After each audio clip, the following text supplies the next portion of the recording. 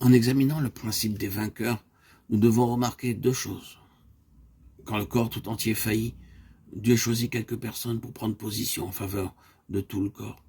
Dieu demande à ce reste d'exécuter ses ordres, afin que par ce petit nombre, il puisse plus tard en atteindre beaucoup.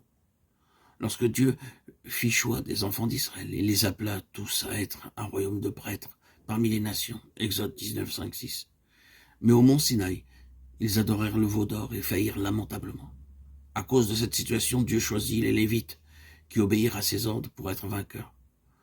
Contrairement aux autres enfants d'Israël, le sacerdoce leur fut accordé, Exode 32, 15 à 29. Lorsque Dieu œuvre, il travaille premièrement en quelques-uns. Il œuvre à travers eux pour un plus grand nombre. Pour sauver les enfants d'Israël, Dieu a sauvé premièrement Moïse. Il a fait sortir Moïse d'Égypte avant la délivrance des enfants d'Israël. Il a pris en main David premièrement et ensuite il a libéré les enfants d'Israël de la main des Philistins pour en faire une grande nation. Tout but spirituel est donc atteint par des moyens spirituels. Dieu a discipliné Moïse et David à un haut degré afin qu'ils n'utilisent pas la chair pour aider Dieu dans l'accomplissement de son dessein. Dieu tout d'abord a gagné 12 personnes et ensuite 120. Ainsi fut formée l'Église. Le principe des vainqueurs est donc le suivant. Dieu appelle un petit nombre pour accomplir son œuvre en faveur et pour le bien du plus grand nombre. Quelques-uns répondent à l'appel de Dieu afin qu'un grand nombre reçoive la vie. Dieu plante la croix dans le cœur de quelques-uns. Il les conduit à accepter le principe de la croix extérieurement et intérieurement en vue de libérer la vie pour les autres. Dieu a besoin de canaux pour que sa vie puisse jaillir en faveur d'autres. Dieu a placé les prêtres dans une position de mort afin de frayer aux enfants d'Israël une route vivante. Les prêtres furent les premiers à marcher dans l'eau et les derniers à en sortir.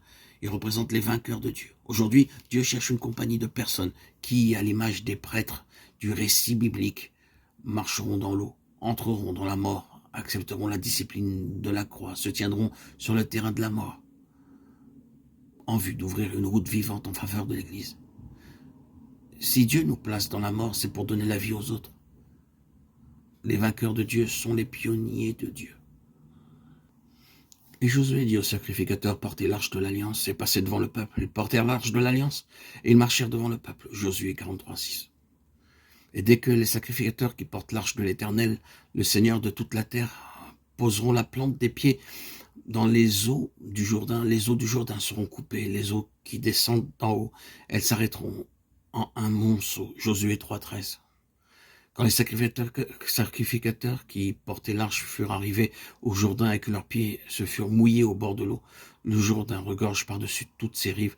Tout le temps de la moisson, les eaux qui descendent d'en haut s'arrêtèrent et s'élevèrent en un monceau à une très grande distance près de la ville d'Adam, qui est à côté de Tsartan.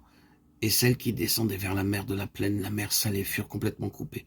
Le peuple passa vis-à-vis de Jéricho. Les sacrificateurs qui portaient l'arche de l'Alliance de l'Éternel s'arrêtèrent de pied ferme sur le sec, au milieu du Jourdain, pendant que tout Israël passait à sec jusqu'à ce que toute la nation ait achevé de passer le Jourdain. Josué 3, 15 à 17.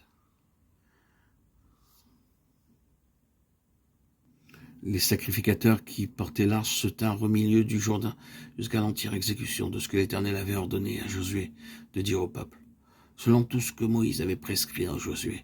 Et le peuple se hâta de passer. Lorsque tout le peuple eut achevé de passer l'arche de l'Éternel, et les sacrificateurs passèrent devant le peuple. Josué 4, 10, 11. Ce n'est pas que les prêtres aient été capables d'accomplir quoi que ce soit, mais parce qu'ils portaient l'arche. Ils devaient descendre dans le lit du fleuve. Ainsi, nous devons laisser Christ, symbolisé par l'arche, être le centre de notre vie. Ayant revêtu Christ, nous entrons dans l'eau. Les pieds des prêtres sont tenus dans le lit du fleuve, l'arche sur les épaules. En demeurant dans la mort, ils ont élevé Christ.